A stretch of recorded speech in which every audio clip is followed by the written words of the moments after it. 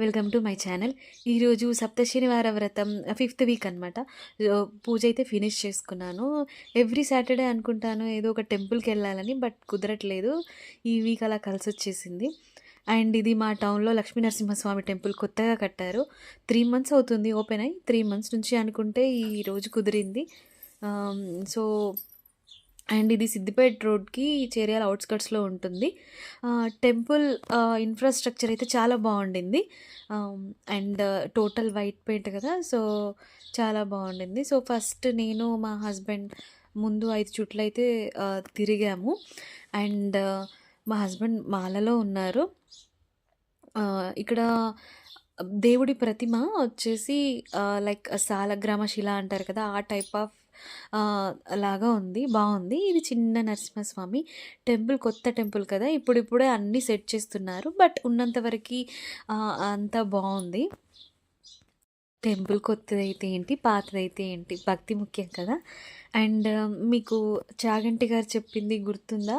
Like తెలిసి కానీ తెలియక కానీ మనం లక్ష్మీ నరసింహస్వామిని దర్శనం చేసుకుంటే అపమృత్యు దోషం, రుణబాధలు అనేవి పోతాయని. అవన్నీ నమ్ముతారా ఏంటి అని అనుకోవచ్చు, బట్ నమ్మాలి.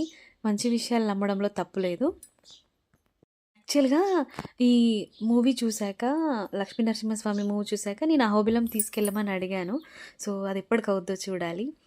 నెక్స్ట్ అయితే మేము అయ్యప్ప స్వామి టెంపుల్కి వెళ్ళాం. అది కూడా లక్ష్మీ నరసింహస్వామి టెంపుల్కి దగ్గరలోనే ఉంటుంది. సో టెంపుల్కి అయితే వచ్చేసాం. సో టెంపుల్ ప్రిమిసెస్ అయితే చాలా పీస్గా ఉండింది. టెంపుల్ అంటేనే పీస్, పీస్ అంటేనే టెంపుల్. నేను ఫాస్ట్గా లోపలికి వెళ్ళిపోతుంటే మా స్వామి లేదు, నవగ్రహాల చుట్టూ 9 చుట్లు తిరిగాకనే లోపలికి వెళ్ళు అన్నారు. సో నవగ్రహాల చుట్టూ అయితే 9 చుట్లు తిరిగి మళ్ళీ కాళ్ళు కడుక్కొని లోపలికైతే వెళ్తున్నాం. మా హస్బెండ్కి, ఐ మీన్ మా స్వామికి కొంచెం భక్తి ఎక్కువ, నాకు కొంచెం ఓపిక తక్కువ. సో ఇలా కొంచెం మిస్ మ్యాచ్ అవుద్దన్నమాట. అండ్ ఇది ధ్వజస్తంభం. ధ్వజస్తంభానికి మొక్కిన తర్వాత అండ్ లెఫ్ట్ సైడ్ శివుడి విగ్రహం ఉండింది. అండ్ కొబ్బరికాయలు అవి ఇక్కడే కొడతారనమాట. అండ్ ఇక్కడ నుంచి అయితే లోపలికి వెళ్ళిపోయాం. యాజ్ యూజువల్ టెంపుల్లో రష్ ఉంటారు, బట్ మేము వెళ్ళే టైంకి ఎవ్వరు లేరు. సో ఇంకాస్త ప్రశాంతంగా అయింది దర్శనం. సో వెళ్ళగానే వినాయకుడి దర్శనం అయితే చేసుకున్నాం. అండ్ ఇది శివుడి టెంపుల్. సో శివుడి టెంపుల్తో స్టార్ట్ చేస్తాం మేము ప్రదక్షిణం. సో ఇక్కడ నుంచి ప్రదక్షిణం చేస్తూ అండ్ ఇక్కడ అమ్మవారు అన్నపూర్ణాదేవి. సో ప్రదక్షిణ అయితే స్టార్ట్ చేద్దాం. ప్రదక్షిణ స్టార్ట్ చేశాక మళ్ళీ ఇంకొక వినాయకుడి విగ్రహం ఉంటుంది. నెక్స్ట్ దుర్గామాత విగ్రహం దసరా టైంలో, ఉత్సవాల టైంలో పెడతారనమాట ముందు. సో ఆ విగ్రహం. ఇక్కడైనా అమ్మవారి రూపం చాలా బాగుంటుంది కదా. అండ్ ఇక్కడ మళ్ళీ వినాయకుడి విగ్రహం అండ్ ఇక్కడ నాగదేవత and next Malika Purottama Devi. And ఇలా ప్రదక్షిణ చేసేటప్పుడు ఇవన్నీ టెంపుల్స్ చూసుకుంటూ మొక్కుకుంటూ వెళ్ళాం. అండ్ ఇక్కడ సత్యనారాయణ స్వామి తర్వాత ఆంజనేయ స్వామి ఉన్నారు. ఇవన్నీ ప్రదక్షిణ చేసే టైంలో ఉన్న దేవుళ్ళే అనమాట. ఇక్కడ కాలభైరవ స్వామి, కాలభైరవ అష్టకం తెలుసు కదా అందరికీ.